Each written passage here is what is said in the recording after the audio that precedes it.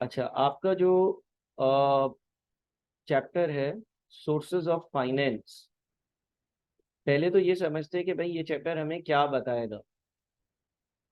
देखिए, जब हम किसी कंपनी की बात करते हैं तो उस कंपनी में जो फाइनेंशियल मैनेजर होता है, उस फाइनेंशियल मैनेजर की बहुत सारी टास्क्स होती हैं, बहुत सारे काम होते हैं। सही है। अगर एक फाइनेंशियल मैनेजर की मैं बात करूं, जो किसी कंपनी का फाइनेंशियल मैनेजर होता है। अच्छा, मैं टॉप पर चैप्टर का नाम भी लिख दूं। जो आज चैप्टर हम डिस्कस कर रहे हैं वो है सोर्सेस ऑफ फाइनेंस। ठीक है जी। जो एक कंपनी का फाइनेंशियल मैनेजर होता है ना, वो फाइनेंशियल मैनेजर मुख्तलिफ सोर्सेस से फंड्स अरेंज करता है, यानी कि पैसे लेकर आता है। और फिर वो जो फंड्स इसने अरेंज करे हुए होते हैं, इनको अप्रोप्रिएटली मुख्तलिफ प्रोजेक्ट्स में इन्वेस्ट करता है। तो फाइनेंशियल मैनेजर का एक काम होता है कि मुख्तलिफ सोर्सेस से वो फंड्स, यानी कि पैसा जमा करे, पैसा लेकर आए। दूसरा उसका जो काम होता है वो ये होता है कि वो इन पैसों को अप्रोप्रिएटली कहीं जगह, किसी जगह पर किसी प्रोजेक्ट में इन्वेस्ट करे, जहाँ से कमाई हो, जहाँ से पैसा जनरेट हो, जहाँ से प्रॉफिट जनरेट हो, जहाँ से रेवेन्यू जनरेट हो। जब ये प्रॉफिट जनरेट हो जाता है तो इस प्रॉफिट से दो चीज़ें होती हैं। या तो प्रॉफिट जो है वो बिजनेस में रिटेन कर लिया जाता है, जिससे बिजनेस को मजीद एक्सपेंड किया जाए। या फिर जो फंड प्रोवाइडर्स होते हैं, यानी कि जिन लोगों ने पैसा दिया होता है, उनको जो मुनाफा या प्रॉफिट कमाया है उसका एक हिस्सा दे दिया जाता है, डिस्ट्रीब्यूट कर लिया जाता है। और इसकी मेन जो दो शक्ल्स होती हैं वो डिविडेंड और इंटरेस्ट होती हैं। यानी कि हम ये कह सकते हैं कि प्रॉफिट का एक हिस्सा बिजनेस में रिटेन हो जाता है, प्रॉफिट का एक हिस्सा बिजनेस में रिटेन हो जाता है, और प्रॉफिट का एक हिस्सा जो है वो डिस्ट्रीब्यूट हो जाता है, डिस्ट्रीब्यूटेड टू फंड प्रोवाइडर्स या इन्वेस्टर्स। अब फाइनेंशियल मैनेजर की जिंदगी का एक बहुत बड़ा हिस्सा इस सर्कल में घूमता रहता है। यानी कि एक फाइनेंशियल मैनेजर का जो रोल होता है वो ये होता है कि नंबर वन, वो मुख्तलिफ सोर्सेस से ऑब्टेन करे फंड्स, पैसा ऑब्टेन करे। जब वो फंड्स या पैसा ऑब्टेन कर लेगा तो फिर वो पैसा अप्रोप्रिएट जगहों पर इन्वेस्ट करे। जब वो पैसा इन्वेस्ट होगा और उससे रिटर्न जनरेट होगा, यानी कि प्रॉफिट बनेगा, मुनाफा होगा, उस मुनाफे में से कुछ पैसा रिटेन कर लिया जाए, यानी कि बिजनेस में रख लिया जाए, उससे बिजनेस को एक्सपेंड किया जाए। और कुछ पैसा जो फंड जिन्होंने प्रोवाइड किया था, जिन लोगों ने, उनको डिस्ट्रीब्यूट किया जाए। और इसकी ये फाइनेंशियल मैनेजर एक तनख्वाह लेता है। सही है। अब एक एंगल आपकी फाइनेंशियल मैनेजमेंट की स्टडीज का होता है कि भाई फंड्स कहाँ से लिए जाएं, क्या उधार लिए जाएं, क्या शेयर्स इशू करे जाएं, क्या इस्लामिक फाइनेंस से पैसे ऑब्टेन करें, क्या कन्वेंशनल बैंक के पास जाएं पैसा लेने के लिए, क्या उधार लेना सही है, क्या किसी को बिजनेस का पार्टनर बना लें, ये अच्छा होगा, ये सही होगा। यानी कि ये पूरी एक इन इटसेल्फ एक बहुत ही बड़ी और तवील कहानी है। इसी तरह से इन्वेस्टमेंट कहाँ करनी है। भाई मेरे सामने चार अपॉर्चुनिटीज हैं। Let's say as a individual मेरे पास कुछ सेविंग है, मैं उससे प्लॉट ले लूँ, फ्लैट ले लूँ, दुकान ले लूँ, मैं उसको पाकिस्तान स्टॉक एक्सचेंज में इन्वेस्ट कर दूँ, मैं उसको किसी इस्लामिक बैंक के फंड्स में पैसा इन्वेस्ट कर दूँ और वहाँ से मुनाफा कमाऊँ। तो मुख्तलिफ काम मैं भी कर सकता हूँ एज ए इंडिविजुअल, और इसी तरह से फाइनेंशियल मैनेजर एक कंपनी के लिए ये मुख्तलिफ काम सोचता है। तो ये एक अलग दुनिया है, ये एक अलग चैप्टर है, ये एक अलग इसका हिसाब किताब है जो हम अलहदा से पढ़ेंगे। और फिर प्रॉफिट में से कितना पैसा रखना है और कितना पैसा डिस्ट्रीब्यूट करना, ये एक अलग कहानी है। मान लो कि आपने जो है वो कहीं पर इन्वेस्टमेंट करी थी, वहां से आपने 2 लाख रुपए कमाए। अब 2 लाख में से मैं कितने रुपए जो है वो उड़ा दूं, इस्तेमाल कर दूं, कितने पैसे जो है वो मैं सेव कर लूं फ्यूचर के लिए, कितने ऐसे पैसे हैं 2 लाख रुपए में से कि जो मैं वापस से री इन्वेस्ट कर दूं, ताकि जहां से मैं कमा रहा हूँ वहां से अगली बार और ज्यादा कमाऊं। तो मुझे ये फैसला भी लेना है कि भाई मैं कितना पैसा डिस्ट्रीब्यूट करूंगा और कितना ऐसा पैसा होगा जो मैं अपने बिजनेस में रिटेन करूंगा, यानी कि रखूंगा। ठीक है। अब ये जितने भी एंगल्स हैं, सोर्सेज ऑफ फंड्स या फंड्स कहाँ से आएंगे, किससे लेने हैं, इन्वेस्टमेंट्स कहाँ करनी है, जो प्रॉफिट आएगा उसमें से कितना डिस्ट्रीब्यूट करना है, कितना रिटेन करना है, ये तीनों अलग अलग पढ़ाए जाते हैं, लेकिन है तीनों एक दूसरे से कनेक्टेड। क्योंकि जिनसे तुमने फंड्स दिए हैं उनकी इन्वेस्टमेंट्स अच्छी जगह नहीं करोगे तो वो तुमसे पैसे ही ले लेंगे। वो बोलेंगे कि यार ये कंपनी तो रिटर्न ही नहीं देती है, मुनाफा ही नहीं देती है, इसका फंड मैनेजर या फाइनेंशियल मैनेजर अच्छा नहीं है, ये जहाँ इन्वेस्टमेंट करता है वो सफिशिएंट कमा कर नहीं देता हमें, और लिहाजा हम इसके पास पैसा रखना ही नहीं चाह रहे हैं, और वो आपसे पैसा सारा का सारा जो है वो ले जाएंगे। प्रॉफिट जो होता है जो आप कमाते हो उसमें से कितना फीसद बांटना है और कितना फीसद रिटेन करना है, इसकी भी बहुत सारी लॉजिक्स अपने पार्ट पर होंगी। बहरहाल आज का हमारा जो टॉपिक है, इस पूरे सर्कल में से, जिस सर्कल में फाइनेंशियल मैनेजर की एक पूरी जिंदगी गुजरती है, उसमें से हमें जो हिस्सा मेनली डिस्कस करना है, हमें जो हिस्सा मेनली डिस्कस करना है वो है सोर्सेज सोर्सेज ऑफ फंड्स या सोर्सेज ऑफ फाइनेंस। यानी कि हम पॉइंट नंबर 1 जो है ना, पहला वाला जो पॉइंट है उसकी डिस्कशन की तरफ जा रहे हैं कि भाई हम जो है वो फंड्स या फाइनेंस किन लोगों से ऑब्टेन करें, किस तरह से ऑब्टेन करें, और कहाँ से पैसा लें। अच्छा, बहुत सारी सोर्सेज होती हैं फाइनेंस की। मिसाल के तौर पर एक सीधी सीधी सी बात है, भाई मैं एक फाइनेंशियल मैनेजर हूँ कंपनी का और मुझे जो है वो पैसे जमा करने हैं, तो मैं बैंक जा सकता हूँ और बैंक जाकर बैंक से उधार ले सकता हूँ। ठीक है, मैं बैंक जा सकता हूँ और बैंक जाकर बैंक से उधार ले सकता हूँ, यानी कि मैं लोन ले सकता हूँ। अब वो लोन बहुत सारी किस्मों का होता है। कन्वेंशनल बैंक से लोन लूँ, इस्लामिक बैंक से लोन लूँ तो इस्लामी उसूल अप्लाई होंगे।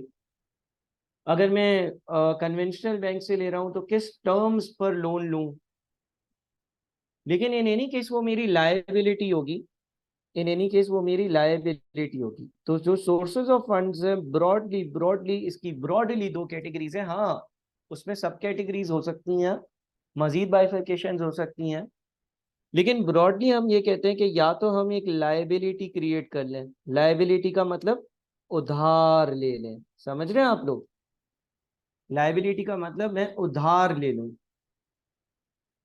और इस उधार लेने को हम डेट भी कहते हैं, और इसकी मुख्तलिफ किस्में हमें पढ़नी होंगी। लेकिन लायबिलिटी इज उधार। आपने उधार लेकर बिजनेस किया और फिर वो उधार आपने एक टाइम पीरियड के बाद जो है वो वापस करना होगा, जितना भी एग्रीड टाइम पीरियड है। बैंक जाकर मैंने 5 लाख रुपए ले लिए, बैंक ने बोला 3 साल बाद लौटा देना, तो 3 साल बाद लौटाने। ठीक है, ये एक लायबिलिटी का जरिया। दूसरा ये होता है कि मैं कोई कैपिटल जनरेशन कर लूं। कैपिटल जनरेशन का मतलब ये है कि किसी को मैं अपने बिजनेस में हिस्सेदार बना लूं, यानी कि उसको ये कहूं कि भाई तुम जो पैसा लेकर आओगे वो अमूमन आमतौर पर ऐसा होता है कि जनरली हमेशा के लिए लेकर आओगे या एक लंबे अरसे के लिए लेकर आओगे। कंपनी ज्यादा कमाएगी, तुम्हें ज्यादा फायदा देगी, तुम्हें ज्यादा प्रॉफिट का हिस्सा मिलेगा। और अगर कंपनी कम कमाएगी तो हम तुम्हें कम पैसा देंगे, और अगर नुकसान होगा तो उसमें भी तुम हिस्सेदार होगे। इस तरह की इन्वेस्टमेंट जो है इसको टेक्निकली इक्विटी कहा जाता है। अब देखें अगेन, इसमें भी बहुत सारी बारीकियां हैं, बहुत सारी बातें हैं, बहुत सारी कंडीशंस हैं, लेकिन ब्रॉडली हम ये कह सकते हैं कि भाई या तो मैं लायबिलिटी के थ्रू फंड्स लेकर आऊं या तो मैं कैपिटल के थ्रू लेकर आऊं। आप लोगों ने अकाउंटिंग इक्वेशन तो पढ़ा ही होगा ना। अकाउंटिंग इक्वेशन क्या पढ़ा है? एसेट्स इज इक्वल्स टू क्या होता है? Capital plus liability.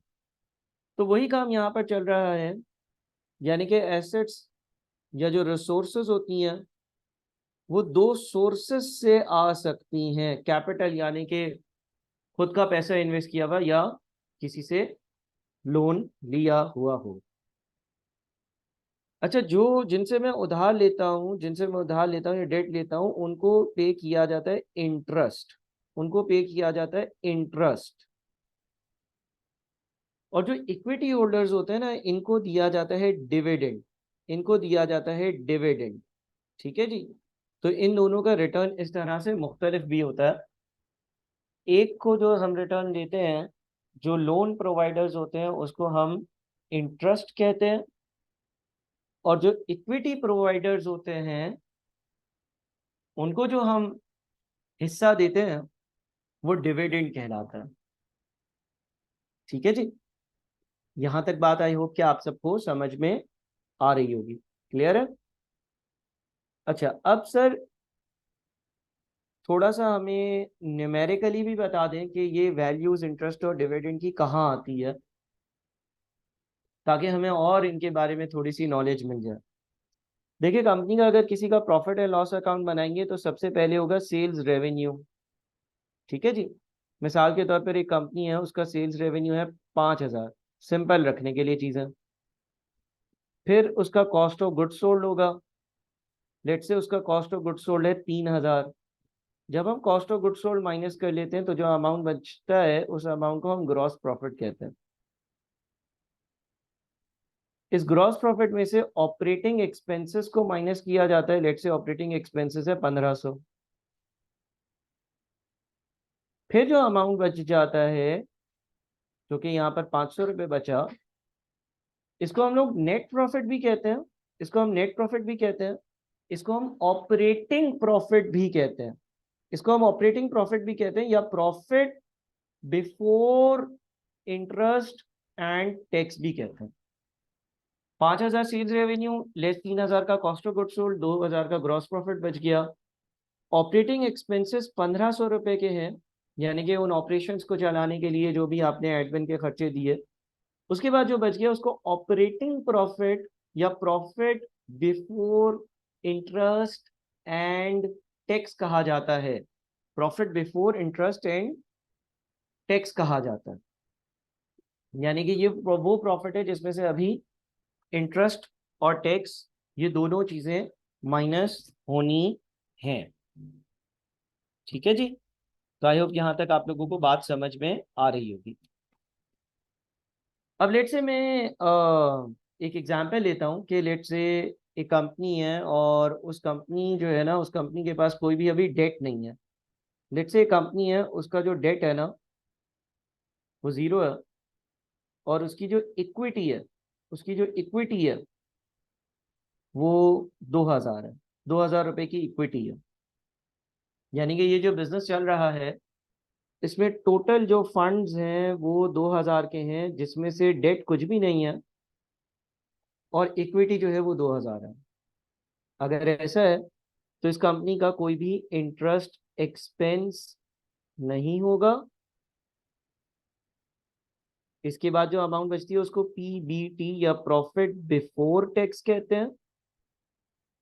लेट से टैक्स का रेट, लेट से टैक्स का रेट है 20%। टैक्स का रेट है 20%। तो अगर मैंने 500 कमाया है उस पर 20% का यानी कि 100 रुपए का टैक्स लगेगा, और मेरा जो प्रॉफिट आफ्टर टैक्स होगा ना वो 400 होगा। ये 400 मेरा प्रॉफिट आफ्टर टैक्स कहलाएगा। ठीक है जी। 5,000 रुपए का sales revenue, cost of goods sold उसमें से माइनस हुआ, ग्रॉस प्रॉफिट बच गया, ऑपरेटिंग एक्सपेंसेस माइनस हुए। उसके बाद फिर PBIT profit before interest and tax 500 बच गया। इंटरेस्ट एक्सपेंस कुछ भी नहीं है इसलिए क्योंकि कोई उधार ही नहीं है। प्रॉफिट बिफोर टैक्स 500 बच गया। टैक्स वाले ने बोला जितना कमाते हो उस पर 100 रुपए 20% के हिसाब से टैक्स बनता है वो दे दो हमें।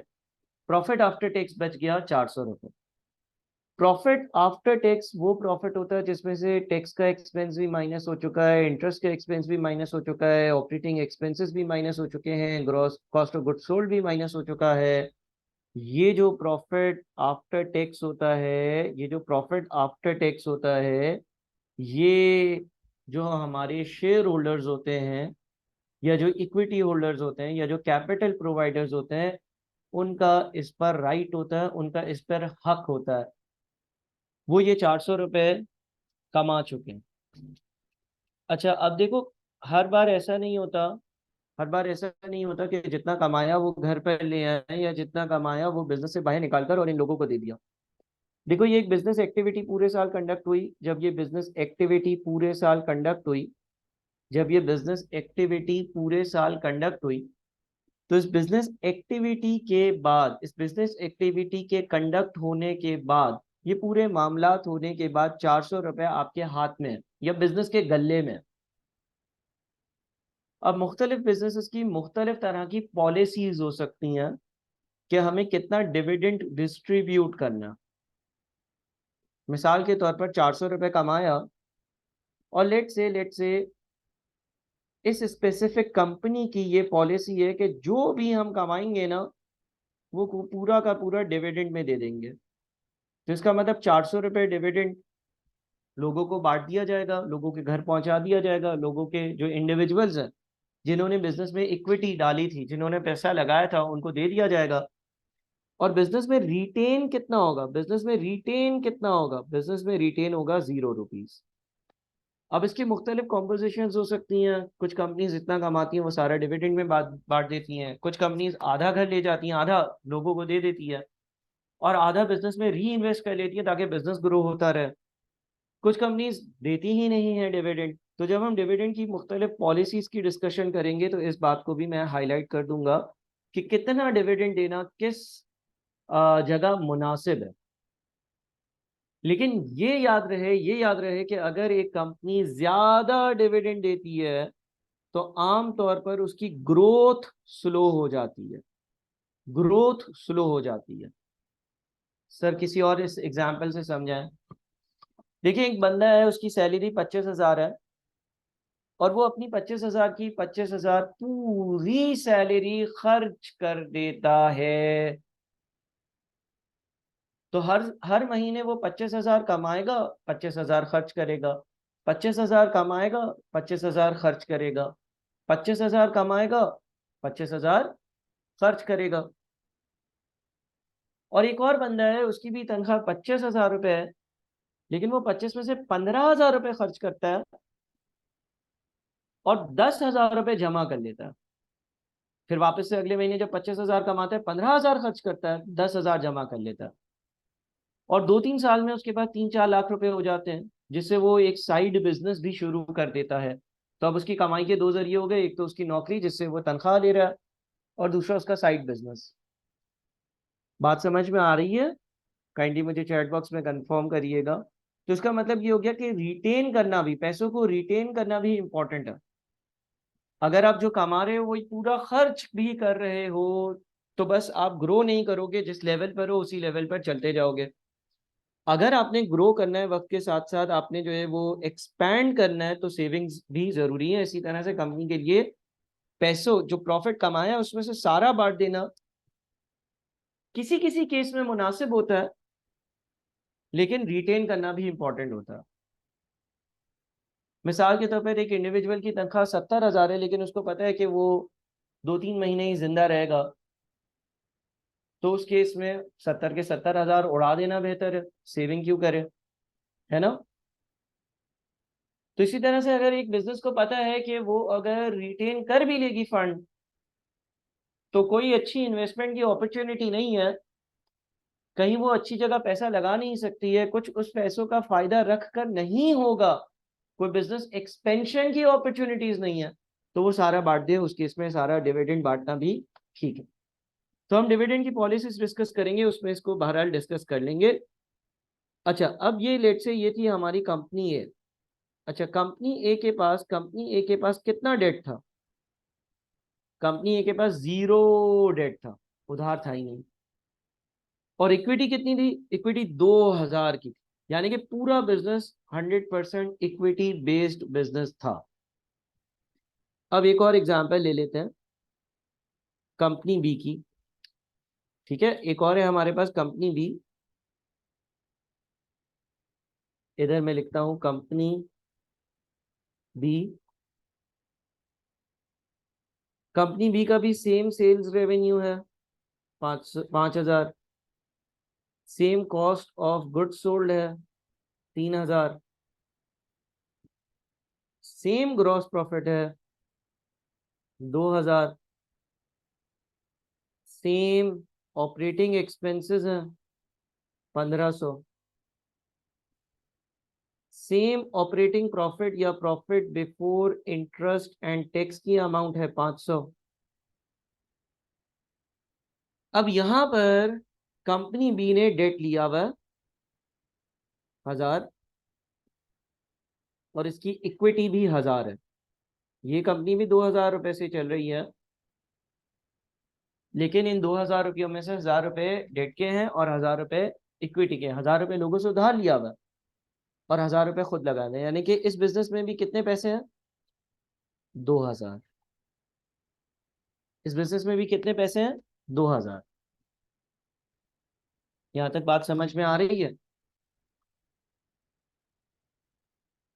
अच्छा, अब मैं ये कहता हूं कि भाई जहां से मैंने लोन लिया है ना, जिसे भी लोन लिया है XYZ, इसने कहा हुआ है कि भाई आप हमें 15% इंटरेस्ट दोगे।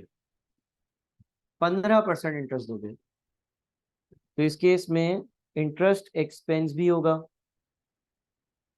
अगर मैंने 1,000 का लोन लिया है तो 1,000 का 15% यानी कि 150 रुपए का इंटरेस्ट होगा। जब 150 रुपए का इंटरेस्ट होगा तो प्रॉफिट बिफोर टैक्स अब कम हो जाएगा, वो रह जाएगा 350।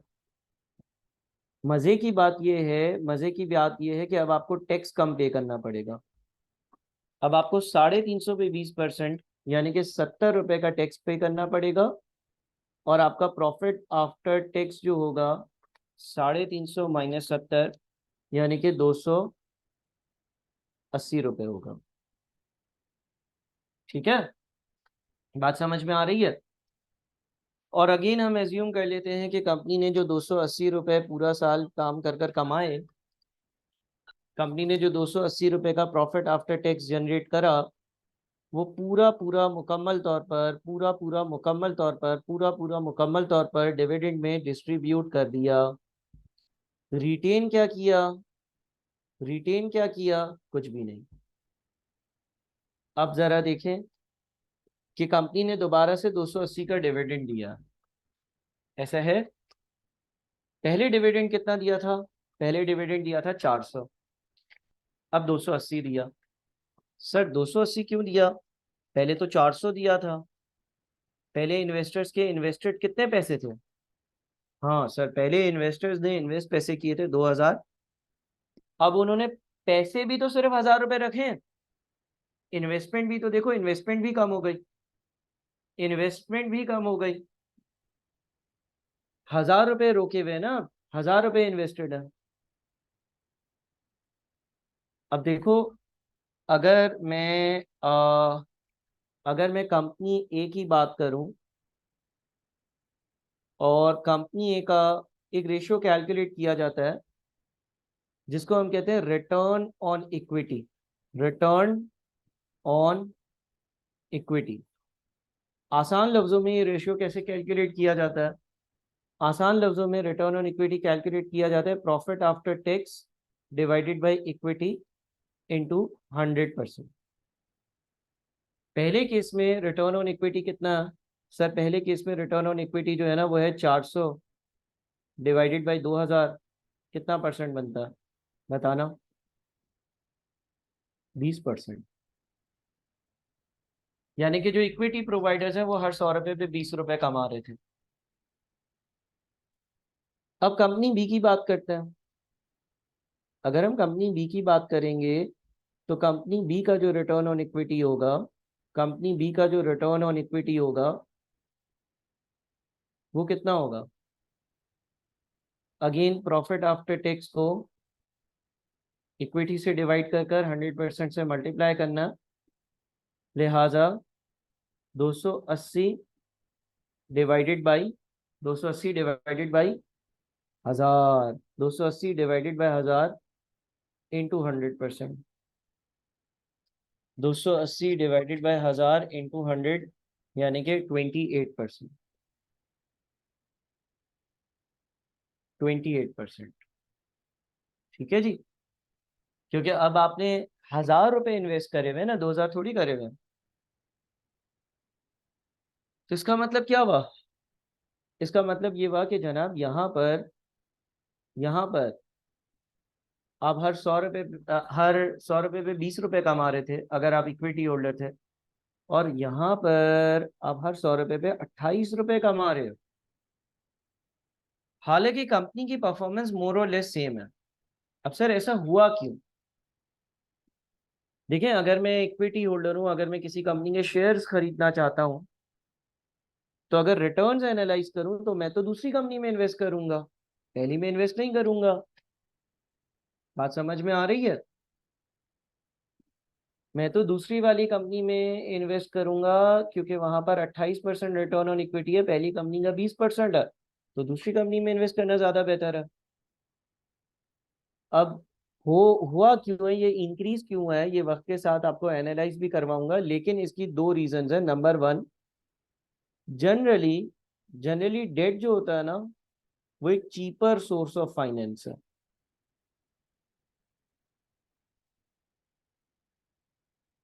As it is secured. देखो, कंपनी जब उधार लेती है ना किसी से, तो इक्विटी से कंपेयर करें ना तो वो कम दामों में मिल जाता है, क्योंकि उसके पीछे कोई सिक्योरिटी होती है। उधार देने वाले को ये पता होता है कि अगर कंपनी डूबी तो मेरा पैसा नहीं डूबेगा, मैंने कोई गारंटी रखी हुई है, या किसी किस्म की कोई सिक्योरिटी है जिसकी वजह से ये पैसा नहीं डूबेगा। अब यहाँ पर कंपनी ए का रिटर्न ऑन इक्विटी 20% आ रहा था, और कंपनी बी का रिटर्न ऑन इक्विटी 28% आ रहा है। कंपनी बी का रिटर्न ऑन इक्विटी ज्यादा है। उसकी एक रीजन ये है कि एक तो डेट जो है वो चीपर सोर्स ऑफ फाइनेंस है, और आपको 15% पे लोन मिल गया है कंपनी चलाने के लिए। और जब 15% पे लोन मिला है कंपनी चलाने के लिए, तो उससे आपकी कुछ बचत हो गई है। दूसरी इंपॉर्टेंट चीज, जो हमारा डेट होता है ना, उस पर जो हम इंटरेस्ट पे करते हैं, interest is tax allowable expense. Interest is tax allowable expense. Sir इसका क्या मतलब है? इसका ये मतलब है कि बेटा, जब आप किसी से उधार लेते हो तो मान लिया कि उस पर इंटरेस्ट पे करते हो, लेकिन इंटरेस्ट पे करने की वजह से आपका जो टैक्स का एक्सपेंस है ना, वो भी रिड्यूस हो जाता है। मैं जरा इसको एक और तरह से समझाता हूँ। देखो, कंपनी ए और कंपनी बी में sales revenue, cost of goods sold, gross profit, operating expenses, PBIT सब सेम था। अगर हम कंपनी ए और कंपनी बी अगर हम कंपनी ए और कंपनी बी का प्रॉफिट आफ्टर टैक्स कितने से डिक्रीज हुआ है ये देखें। कंपनी ए का profit after tax 400, company B का 280 है। तो कंपनी ए और कंपनी बी के बीच में प्रॉफिट आफ्टर टैक्स में डिक्रीज जो है ना, वो 120 का है। ठीक है। और वो डिक्रीज इसलिए क्योंकि इक्विटी भी तो आधी है, पहले 2000 रुपए थे, अब 1000 है, और 1000 का डेट आ गया। अब ये 120 से जो प्रॉफिट कम हुआ है, ये 120 से जो प्रॉफिट कम हुआ है, इसको जरा एनालाइज करते हैं। पहले इंटरेस्ट एक्सपेंस 0 था, अब इंटरेस्ट एक्सपेंस 150 है। इसका मतलब ये हो गया कि इंटरेस्ट का एक्सपेंस 150 से इंक्रीज हुआ।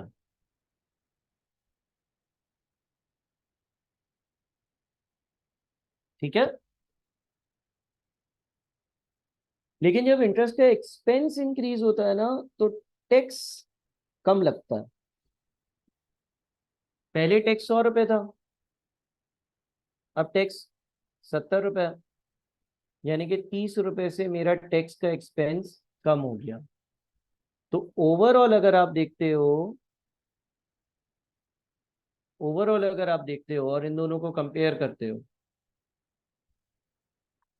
तो आप ये एनालाइज कर सकते हो कि जब इंटरेस्ट का एक्सपेंस इंक्रीज होता है, जब इंटरेस्ट का एक्सपेंस इंक्रीज होता है, तो उस इंटरेस्ट के एक्सपेंस के इंक्रीज होने की वजह से टैक्स की बचत भी होती है। ये बात बड़ी क्रिटिकल है, समझना। आप यूं नहीं कह सकते हो कि 1000 रुपए का उधार है और उस पर 15% इंटरेस्ट देना है, तो 150 रुपए से मेरे खर्चे बढ़ गए। हाँ, इंटरेस्ट एक्सपेंस 150 से बढ़ा है, लेकिन ऑन दी अदर हैंड आप ये देखो कि जब इंटरेस्ट का एक्सपेंस इंक्रीज होता है, तो टैक्स का जो अमाउंट है ना वो रिड्यूस हो जाता है, टैक्स का एक्सपेंस जो है ना वो कम हो जाता है, टैक्स की सेविंग हो जाती है, टैक्स की बचत हो जाती है। तो आपने तो ओवरऑल इम्पैक्ट एनालाइज करना है ना। आप ये कहोगे कि अगर कोई कंपनी उधार ले लेती है तो टैक्स इंटरेस्ट एक्सपेंस इंक्रीज हो जाता है, लेकिन इंटरेस्ट एक्सपेंस इंक्रीज होता है तो टैक्स का एक्सपेंस जो है वो डिक्रीज हो जाता है। ये बड़ी इंपॉर्टेंट बात है, ये बड़ी इंपॉर्टेंट बात है जो आपने एनालाइज करनी होगी, ये बड़ी इंपॉर्टेंट बात है जो आपने समझनी होगी। क्लियर है यहाँ तक चीजें? ठीक है। तो मेनली या ब्रॉडली दो तरह की सोर्सेज ऑफ फाइनेंस है, और वो दो सोर्सेज ऑफ फाइनेंस क्या है? या तो डेट है, या फिर क्या है, या फिर इक्विटी है। या तो डेट है, या तो इक्विटी है, इसके अलावा और कुछ भी नहीं है। मेन सोर्स ऑफ फाइनेंस या तो डेट है या तो इक्विटी है। हाँ, उसकी सब क्लासिफिकेशंस, उसमें मजीद डिटेल्स वो बहुत सारी हैं, लेकिन मेन जो आप कहोगे कि जो क्लासिफिकेशन आप कर सकते हो वो ये है कि या तो वो डेट है या तो वो इक्विटी है। डेट का मतलब उधार लेना, लाइबिलिटी, उस पर इंटरेस्ट पे किया जाता है, और इक्विटी का मतलब कि आपने जो है वो किसी से कैपिटल लिया हो। अच्छा, क्या इक्विटी होल्डर सिर्फ और सिर्फ डिविडेंड की सूरत में कमाते हैं? तो नहीं, ऐसा नहीं है। अब जरा हम इक्विटी को मजीद डिटेल में डिस्कस करते हैं। अच्छा, उससे पहले मैं ये चाहूंगा कि ये जो हमारी पहली स्लाइड है ना, कोई बच्चा इसकी पूरी पिक्चर लो, प्रॉपर पिक्चर, और ग्रुप पर भेजो। आपने क्लास के दौरान कुछ भी नहीं लिखना, सुनते रहना है, बाद में ये एक बार स्लाइड गो थ्रू करोगे सब समझ आ जाएगा। पिक्चर लेके ग्रुप पर भेजो और फिर मुझे बताओ तो मैं आगे बढ़ूँ।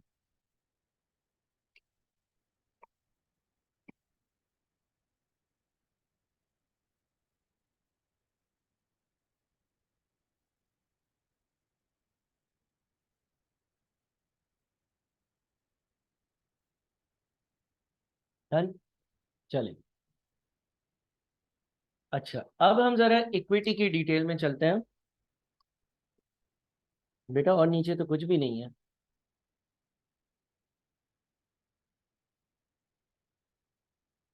पिक्चर भेज दिए ना ग्रुप पर।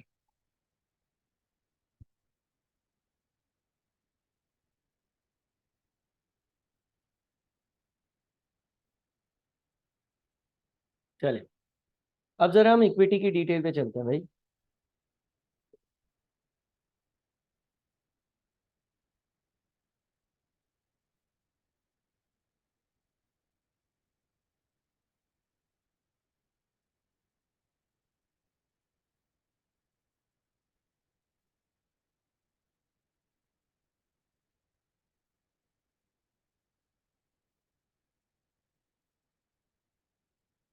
अच्छा, अगर इक्विटी की बात करते हैं और इसको थोड़ा सा डिटेल में पढ़ते हैं कि ये इक्विटी वाले लोग कौन हैं।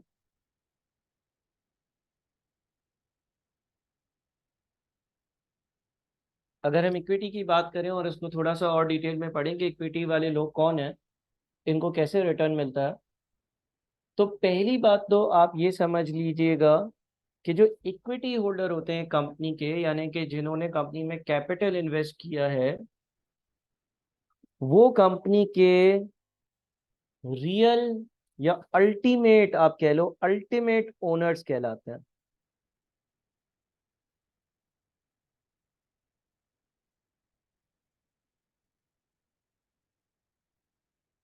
Ultimate owners of the company, यानी कि एक बंदा तो वो होगा ना जो कंपनी की ओनरशिप रखेगा। सर जो उधार देता है, जो डेट देता है, वो ओनर नहीं कहलाता? नहीं, वो बिजनेस के मामलात में अमल दखल ही नहीं देता। वो बोलता है मैं ओनर नहीं हूँ, मैंने तुम्हें पैसा दे दिया, तुम अपने हिसाब से सारे फैसले लो, ठीक है, मैंने तुम्हें ये उधार दिया है, मुझे इस पर रिटर्न इतना चाहिए और मुझे आखिर में इतने अपने पैसे वापस चाहिए, बस और कुछ मैं नहीं जानता। इसका मतलब इक्विटी होल्डर्स, यानी कि जो कंपनी के शेयर्स परचेज करते हैं, वो कंपनी के ट्रू अल्टीमेट ओनर्स कहलाते हैं। और यही बिजनेस पर कंट्रोल करते हैं, बिजनेस को कंट्रोल करते हैं। और वो कंट्रोल एक्सरसाइज करने के लिए वो इस्तेमाल करते हैं अपने वोटिंग राइट्स। Voting rights. अच्छा सर, ये वोटिंग राइट्स क्या होता है? देखिए, जब आप किसी कंपनी के शेयर होल्डर्स बनते हो, तो आपको जो है ना उसके अगेंस्ट वोटिंग राइट्स दिए जाते हैं, और जो मुख्तलिफ तरह की मीटिंग्स होती हैं जिसमें फैसले लिए जाते हैं, उसमें आप कंपनी के फैसले ले सकते हो। जितने ज़्यादा आपके पास कंपनी के शेयर्स हैं, उतने ज़्यादा आप जो है वो डिसीजन मेकिंग में इन्वॉल्व हो सकते हो। तो पहली बात तो ये हो गई कि ये अल्टीमेट ओनर्स होते हैं कंपनी के। दूसरी बात ये हो गई कि इनके पास वोटिंग राइट्स होते हैं। अब क्या ये सिर्फ और सिर्फ डिविडेंड के जरिए कमाते हैं? नहीं। अगर लेट से मिसाल के तौर पर मैं किसी कंपनी के शेयर्स परचेज करता हूँ, आज आज मैंने एक कंपनी का कोई शेयर परचेज किया और उस शेयर की वैल्यू जो है ना वो ₹100 है, ठीक है, और ये है 1 जनवरी 2023। अच्छा, अब मैंने ये शेयर रखा, मैंने सोचा ये 3 4 साल 5 साल शेयर रखूंगा। लेट से मैंने ये शेयर जो है ना, या जितने भी मेरे पास शेयर्स थे, वो मैंने जो है वो 1 जनवरी 2027 वाले दिन बेचे। यानी कि मैंने कितने साल रखे? 1 जनवरी 2023 को खरीदे थे, तो 24 25 26 27, 4 साल मैंने ये शेयर रखकर इन शेयर को बेचा। करेक्ट? मैंने इन शेयर्स को कितने साल रखा? 4 साल रखा और 4 साल बाद बेचा। अब जब 4 साल बाद मैं बेचने जाऊंगा, और ड्यूरिंग दीज 4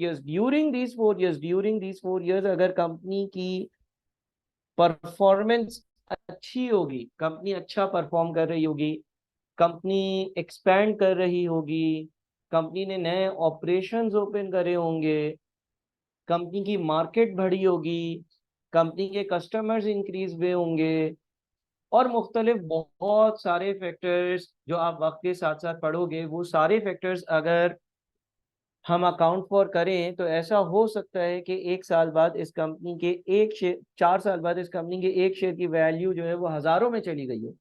मान लो जब मैंने बेचा ना, तो एक शेयर जो है वो ₹430 का हो चुका था। तो इसका मतलब ये हो गया कि यार मैंने जो चीज़ 100 की खरीदी थी, और जब मैं 4 साल बाद उसको बेचने गया, और वो चीज़ अगर ₹430 की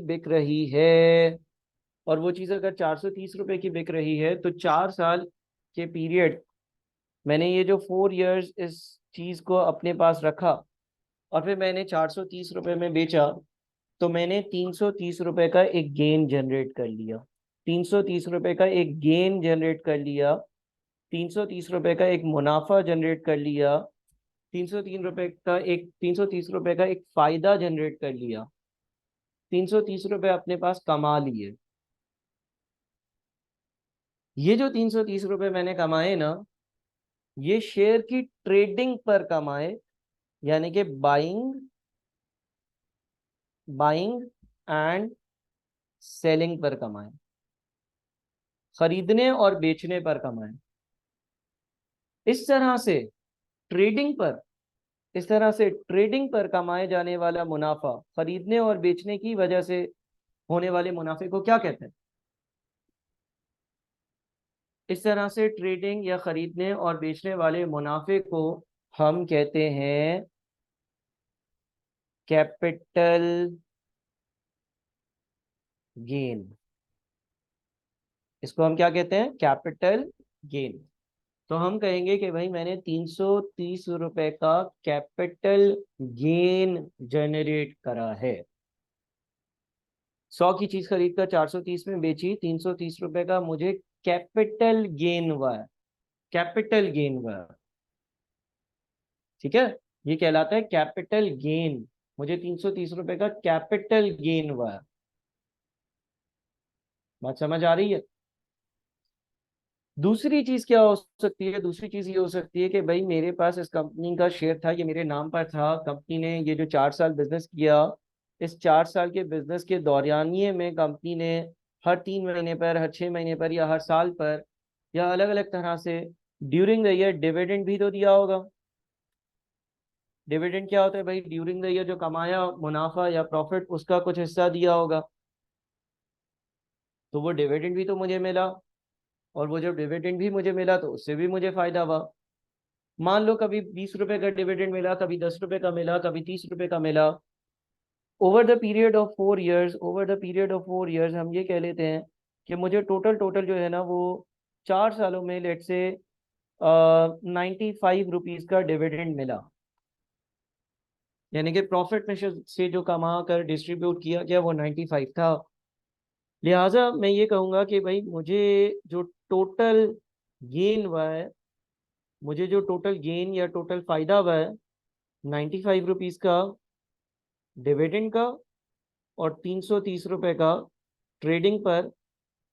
यानी कि मुझे जो टोटल गेन हुआ है वो 95 प्लस 330, विच इज 425 का गेन हुआ है over a period of 4 years. तो ये याद रखिए कि जब आप किसी कंपनी के शेयर्स देते हैं तो इन दो तरह से आप कमा रहे होते हैं। बात समझ में आ गई? अच्छा सर, और क्या प्रॉपर्टीज हो सकती हैं इक्विटी की, वो भी डिस्कस करें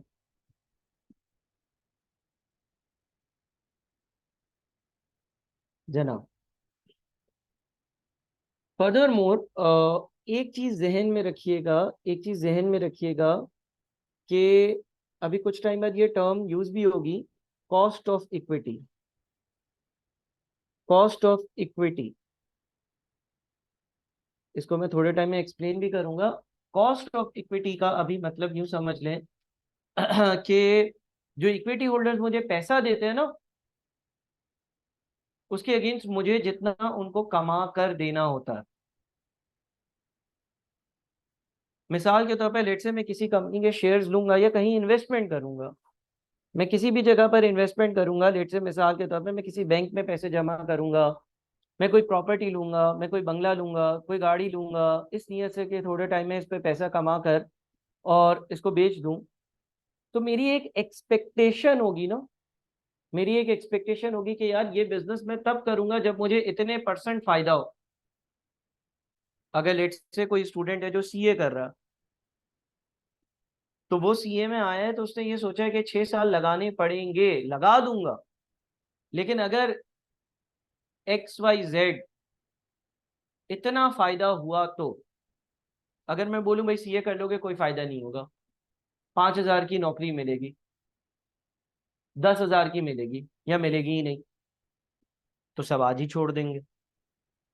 तो आप कभी भी कहीं पर भी इन्वेस्टमेंट करते हो तो आप ये एक्सपेक्ट करते हो कि भाई मुझे इधर से इतना फीसद, इतना परसेंट, इतने रुपए का इतना गेन होगा तो मैं ये इन्वेस्टमेंट करूंगा। आप अभी अपने टाइम की इन्वेस्टमेंट कर रहे हो, फ्यूचर के रिटर्न्स के लिए, फ्यूचर के डिविडेंड के लिए, फ्यूचर के कैपिटल गेन के लिए। अभी आप अपने टाइम की इन्वेस्टमेंट कर कर पढ़ाई कर रहे हो, लेकिन आपको एक एक्सपेक्टेड रिटर्न नजर आ रहा है कि ये इन्वेस्टमेंट है मेरी जिसके अगेंस्ट ये मुझे बाद में मिलेगा। तो इसी तरह से एक चीज कॉस्ट ऑफ इक्विटी, जिसको हम आगे डिटेल्स में डिस्कस करेंगे। कॉस्ट ऑफ इक्विटी अमूमन अमूमन अमूमन हायर होती है देन कॉस्ट ऑफ डेट। यानी कि लेट से अगर एक बैंक से मैं लोन लेने जाता हूं, और बैंक से मैं लोन लेने गया, बैंक ने बोला भाई आप हमसे उधार ले रहे हैं, मैंने बोला हाँ उधार ले रहा हूँ। मैंने बोला 5 लाख उधार चाहिए, बैंक ने बोला भाई हम तकरीबन 15% सालाना आपसे इंटरेस्ट लेंगे। अब अगर उसी वक्त अगर आप कॉस्ट ऑफ इक्विटी की बात करोगे ना, तो कॉस्ट ऑफ इक्विटी तब चल रहा होगा कोई 18%, 17%, 19%, 20%, ज्यादा ही होगा, कॉस्ट ऑफ डेट से ज्यादा होगा। सर रीजन क्या है? रीजन सिंपल है, दुनिया का उसूल हाई रिस्क हाई रिटर्न, ये पूरी दुनिया में एक यूनिवर्सल उसूल चलता है। हाई रिस्क हाई रिटर्न, जहां पर रिस्क ज्यादा वहां पर रिटर्न ज्यादा। मिसाल ले लो, कोई बिजनेस करता है, तो आपने देखा होगा कि साल या 6 महीने या 2 साल बिजनेस में लगाए, 5 लाख की 10 लाख की इन्वेस्टमेंट थी, और 2-3 साल के अंदर गाड़ियां बना रहे हैं, बाइकें ले रहे हैं, बिजनेस को एक्सपेंड इतना कर दिया यकीन ही ना आए, यानी कि बहुत ज्यादा रिटर्न है। रिस्क भी बहुत ज्यादा है। बहुत सारे लोग बिजनेस स्टार्ट करते हैं और उनका बिजनेस जो है वो बिल्कुल ही डूब जाता है, चलता ही नहीं है। तो दुनिया का हाई रिस्क हाई रिटर्न वाला जो उसूल है ना, वो हर जगह अप्लाई होता है। हाई रिस्क हाई रिटर्न वाला उसूल जो है ना, वो हर जगह अप्लाई होता है। इसकी बेहतरीन एग्जांपल ये है कि भाई जो बंदा बिजनेस करता है, उसका रिस्क भी बहुत ज्यादा होता है, उसका रिटर्न भी बहुत ज्यादा होता है। इस चीज के चांसेस कि उसका बिजनेस डूब जाएगा और वो फुटपाथ पर आ जाएगा, बिल्कुल बर्बाद हो जाएगा, ऐसा भी हो सकता है। और ऐसा भी हो सकता है कोई बिजनेस स्टार्ट करे, उसका बिजनेस इतना चल जाए कि वो बहुत आगे पहुंच जाए। दूसरा एक और बंदा है, वो जॉब करता है। अब जॉब करने वाले को पता है कि भाई वो घर पर XYZ अमाउंट लेकर जाएगा, उसकी तनख्वाह लाख रुपए, वो घर पर लाख रुपए लेकर जाएगा। चाहे जिस ऑर्गेनाइजेशन में, जिस इदारे में वो काम कर रहा है, वो इदारा कम कमाए ज्यादा कमाए, ये जो है वो 1 लाख रुपए ही लेकर जाएगा। तो आप कह सकते हो बिजनेस में क्या है, हाई रिस्क हाई रिटर्न है। और जॉब में क्या है, लो रिस्क लो रिटर्न है। अगर हम इन दोनों को कंपेयर करें, तो इन दोनों को अगर हम कंपेयर करेंगे तो हम यही कहेंगे कि बिजनेस में हाई रिस्क हाई रिटर्न है, और जॉब में लो रिस्क लो रिटर्न है। जॉब सिक्योर है as compare to a business, unless कि आप कोई बिल्कुल ही अजीब सी हरकत ना करो, आपकी जॉब नहीं जाती है और आप जिंदगी भर चलते रहते हो। लेकिन ऐसा नहीं होता कि आपकी तनख्वाह लाख थी और 2 साल बाद आपकी तनख्वाह जो है वो 70-80 लाख रुपए हो जाए, ऐसा कभी नहीं होता। एक हायर वैल्यू होती है जिस पर आकर आपकी ग्रोथ रुक जाती है, बिजनेस में नहीं रुकती है। तो ये दोनों बहुत मुख्तलिफ एंगल्स हैं। इसी तरह से इक्विटी और डेट, इसी तरह से इक्विटी और डेट क्या है? भाई इक्विटी जो है वो हाई रिस्क हाई रिटर्न है, equity high risk high return है, और डेट जो है वो लो रिस्क लो रिटर्न है। कैसे सर, ऐसा क्यों है कि equity high risk high return है और डेट जो है वो लो रिस्क लो रिटर्न है? देखिए इक्विटी जो है, इक्विटी होल्डर जो है ना, उनको क्या मिलता है? उनको मिलता है डिविडेंड और कैपिटल गेन। डिविडेंड और कैपिटल गेन, इन दोनों की कोई गारंटी नहीं होती है। डिविडेंड और कैपिटल गेन की कोई भी गारंटी नहीं होती है। भाई कंपनी ने प्रॉफिट ही नहीं कमाया, डिविडेंड कैसे दे? कंपनी इकोनॉमिक कंडीशंस की वजह से ग्रो नहीं कर रही है, शेयर की प्राइस कैसे बढ़ेगी? तुम्हें कैपिटल गेन ही नहीं होगा, और होगा तो लाखों करोड़ों का भी हो सकता है। डेट होल्डर्स को क्या मिलता है? डेट होल्डर्स बोलते हैं भाई हम एक इतना इंटरेस्ट लेंगे और बस ये इंटरेस्ट दे दो हमें, खत्म, अल्लाह हाफिज़, tata bye bye see you. हमें ऐसा नहीं करना कि हमें कभी तुम 50 रुपए दे रहे हो, कभी तुम 1 रुपया दे रहे हो, कभी तुम दे ही नहीं रहे हो। हमें हर साल 15 रुपए देते जाना, हम खुश हैं। तो लो रिस्क लो रिटर्न है। दूसरा, जब डेट कोई कंपनी लेती है ना, तो ऐसा हो सकता है कि वो सिक्योर्ड हो, यानी कि कोई सिक्योरिटी हो बैकएंड पर। सिक्योरिटी किस तरह की?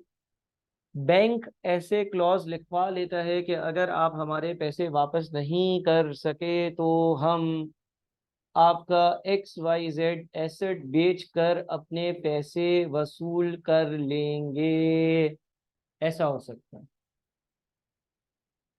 अच्छा, इक्विटी होल्डर तो बिजनेस का मालिक होता है। अगर बिजनेस सारा डूब गया और उसकी लाइबिलिटी सेटल करने के लिए सारे एसेट बेच दिए, तो ऐसा हो सकता है कि उसको खुद कुछ भी ना मिल रहा हो। तो high risk high return, low risk low return, ये वाला उसूल जो है वो आपने लाजमी तौर पर याद रखना है। चलेंगे फर्दर आगे चलते हैं। फर्दर आगे अगर हम चलते हैं ना, तो अच्छा एक और चीज, जब कंपनी नए शेयर्स इशू करती है ना, तो उसकी पावर डाइल्यूट हो जाती है। मिसाल के तौर पर एक कंपनी है, उसमें मैं अगर शेयर्स की बात करूं, शेयर्स एंड पावर डाइल्यूशन।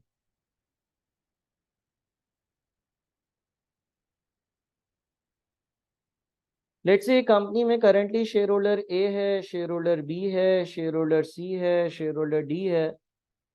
इसके पास 25 शेयर्स हैं, इसके पास भी 25 शेयर्स हैं, इसके पास भी 25 शेयर्स हैं, इसके पास भी 25 शेयर्स हैं, यानी कि टोटल कंपनी में टोटल जो शेयर्स हैं, टोटल शेयर्स हैं वो 100 हैं। 25% पावर इसके पास है, 25% पावर इसके पास है, 25% पावर इसके पास है, 25% पावर इसके पास है। ठीक है।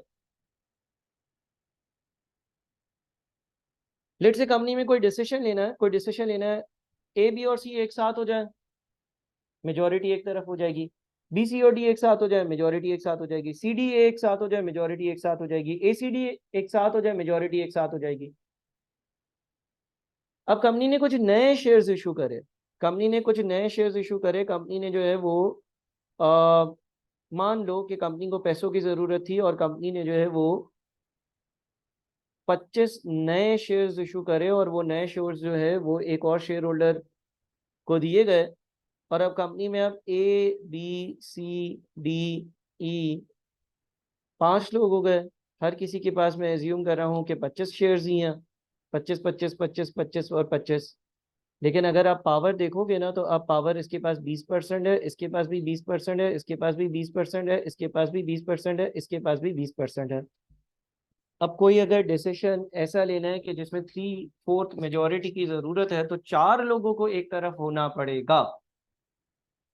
जहां पर ए पहले 25% पावर रखता था, अब वो सिर्फ 20% पावर रखता है। जहां पर बी पहले 25% पावर रखता था, अब वो सिर्फ 20% पावर रखता है। तो जब नए शेयर्स इशू होते हैं, नंबर ऑफ शेयर्स या शेयर्स की तादाद इंक्रीज होती है, तो शेयर्स की तादाद इंक्रीज होने की वजह से आपके पास जो पावर था ना, वो कम हो जाता है। ठीक है। फिर एक और एंगल जो शेयर्स या इक्विटी फाइनेंस का है, वो ये है कि इक्विटी फाइनेंस में दो ब्रॉड कैटेगरीज होती हैं, दो टाइप्स होती हैं, ब्रॉडली ब्रॉडली। फिर उसमें भी बहुत सारी सब टाइप्स हैं और सब टाइप्स हैं और सब टाइप्स हैं, लेकिन उसकी डिटेल में हम नहीं जाते। लेकिन ब्रॉडली दो तरह की टाइप्स होती हैं शेयर्स की। एक कहलाते हैं आपके ऑर्डिनरी शेयर्स, और एक कहलाते हैं आपके प्रेफरेंस शेयर्स।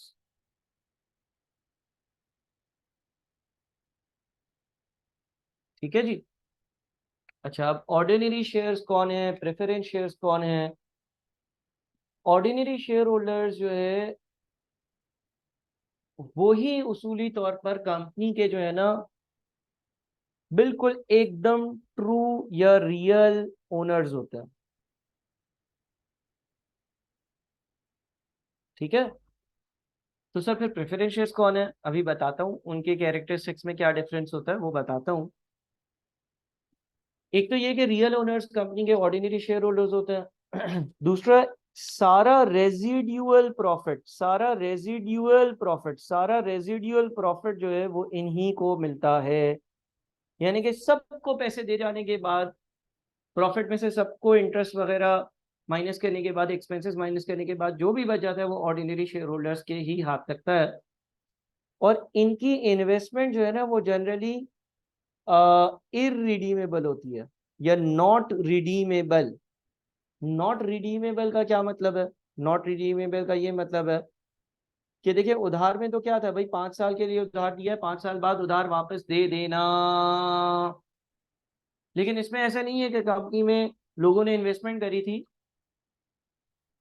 अब सारे शेयर्स कंपनी जो है वो खरीद ले, मतलब वो शेयर्स रोटेट हो जाते हैं, उसका ओनर चेंज हो जाता है, उसका ओनर चेंज हो जाता है मार्केट में, वो ट्रेड होकर एक बंदे से दूसरा बंदा उस चीज को खरीद लेता है, लेकिन वो रिडीम नहीं होते। हाँ, कुछ कंडीशंस है जिसमें कंपनी अपने ऑर्डिनरी शेयर्स को रिडीम करती है, लेकिन उसकी कुछ कंडीशंस हैं कानून के हिसाब से, वो सारी चीजें अलग बात है।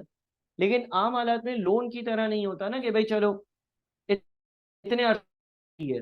अच्छा, जो यहाँ पर ऑर्डिनरी शेयर होल्डर्स है तो क्योंकि इनको रेजिडुअल प्रॉफिट में हक मिलता है, यानी कि सबको दिए जाने के बाद जो पैसा बच गया उस पर इनका राइट होता है, तो कभी ये बहुत ज्यादा कमाते हैं, कभी ये बहुत कम कमाते हैं, कभी ये नहीं कमाते हैं। जब हम प्रेफरेंस शेयर होल्डर्स की बात करते हैं तो प्रेफरेंस शेयर होल्डर्स को जनरली जनरली अगेन मैं जनरली का लफ्ज यूज करूंगा या नॉर्मली का, फिक्स्ड डिविडेंड मिलता है। फिक्स्ड डिविडेंड जिस तरह से डेट होल्डर्स को इंटरेस्ट मिल रहा हो, ठीक है। अच्छा, इनको जो डिविडेंड मिलता है वो बिफोर ऑर्डिनरी शेयर होल्डर्स मिलता है। ऑर्डिनरी शेयर होल्डर्स को जब उनका डिविडेंड मिलेगा उससे पहले दे दिया जाता है, और इनकी इन्वेस्टमेंट नॉर्मली रिडीमेबल होती है, यानी कि ये एक डेट के कैरेक्टरिस्टिक्स, जो लोन या बोरिंग के कैरेक्टरिस्टिक्स हैं उसी तरह के कैरेक्टरिस्टिक्स रखते हैं, ठीक है। तो सर मेरे इसमें और डेट में फ़र्क क्या हुआ? समटाइम्स इसमें और डेट में बहुत बारीक कुछ बातों का फ़र्क होता है, कुछ लिमिटेड वोटिंग राइट्स हो सकते हैं या कुछ बातें हो सकती हैं, लेकिन आम हालात में ये डेट की करीब होते हैं और इक्विटी या ऑर्डिनरी शेयर से जो है वो थोड़ा सा दूर होते हैं। डिविडेंड की बात करें, अच्छे साल होंगे ऑर्डिनरी शेयर होल्डर्स को ज्यादा डिविडेंड मिलेगा, बुरे साल होंगे ऑर्डिनरी शेयर होल्डर्स को कम डिविडेंड मिलेगा। प्रेफरेंस शेयर होल्डर्स को एक परसेंटेज पता होगी, मिसाल के तौर पर उनको उनके शेयर्स की पार वैल्यू का 4% डिविडेंड मिलना है, 5% मिलना है, तो हर साल उतना ही मिलेगा। तो ये सारी चीजें आप लोगों के इन दोनों के डिफरेंस में आ जाती हैं। अच्छा, अगर कंपनी लिक्विडेट हो रही है, अगर कंपनी लिक्विडेट हो रही है, यानी कि कंपनी बस अब बंद हो रही है, खत्म हो रही है, डूब गई, बैंकक्रप्ट हो गई। मिसाल के तौर पर एक कंपनी है, उसके पास जो एसेट्स हैं वो 40 रुपए के हैं। अब ये कंपनी लिक्विडेट हो रही है, बंद हो रही है, खत्म हो रही है, फिनिश हो रही है। ये कंपनी जो है वो फिनिश हो रही है, खत्म हो रही है, बंद हो रही है। तो जब ये कंपनी फिनिश हो रही है, खत्म हो रही है, बंद हो रही है, तो होगा ये जनाब कि इस कंपनी के एसेट से सबसे पहले जो डेट होल्डर्स हैं उनको पैसा दिया जाएगा, जो डेट होल्डर्स हैं उनको पैसा दिया जाएगा, ठीक है। यानी कि जिन्होंने कंपनी को उधार दिया है ना, जिन्होंने कंपनी को उधार दिया है उनको पैसा दिया जाएगा। मान लो 5 रुपए का उधार था, तो एसेट्स बेचकर पहले 5 रुपए उनको उनके दे दिए जाएंगे, अब बच गए 35 रुपए। अब ये जो 35 रुपए है इसमें से प्रेफरेंस शेयर होल्डर्स को पहले पैसे दिए जाएंगे। मान लो इनका 10 रुपए का उधार था, इनको इनके 10 रुपए दे दिए। अब जब मैंने 40 में से 5 और 10 दोनों रुपए दे दिए, 40 में से मैंने 5 भी दे दिया डेट होल्डर्स को, 10 दे दिया प्रेफरेंस शेयर होल्डर्स को, अब मेरे पास बच गया 25। अब ये 25 ऑर्डिनरी शेयर होल्डर्स को दिए जाएंगे। अच्छा, ऑर्डिनरी शेयर होल्डर्स का एक और रिस्क ये होता है कि मिसाल के तौर पर 5 का उधार था और इनको 5 वापस मिल गए। प्रेफरेंस शेयर होल्डर्स का 10 का उधार था और इनको 10 वापस मिल गए।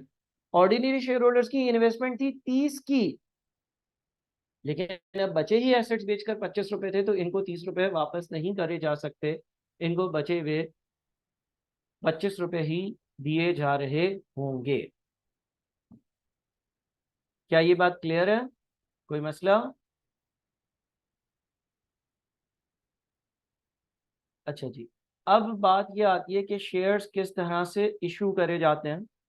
शेयर्स जो है ऑर्डिनरी शेयर्स के थ्रू, ऑर्डिनरी शेयर्स के जरिए पैसा किस तरह से ऑब्टेन किया जाता है, या कंपनी के शेयर जो है वो किस तरह से कह लो कि इंक्रीज हो सकते हैं, इस पर कुछ हमें बात करनी चाहिए।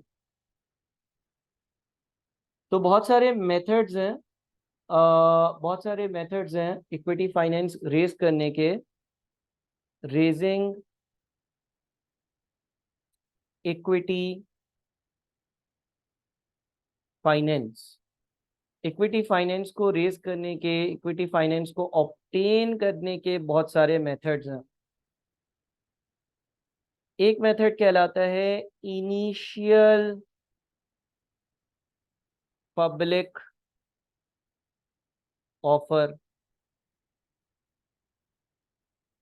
एक और मेथड है, वो कहलाता है प्राइवेट प्लेसिंग।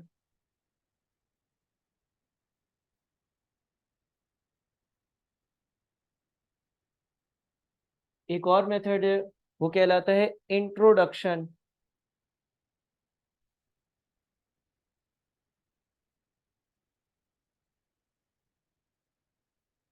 एक और मेथड है राइट्स इशू।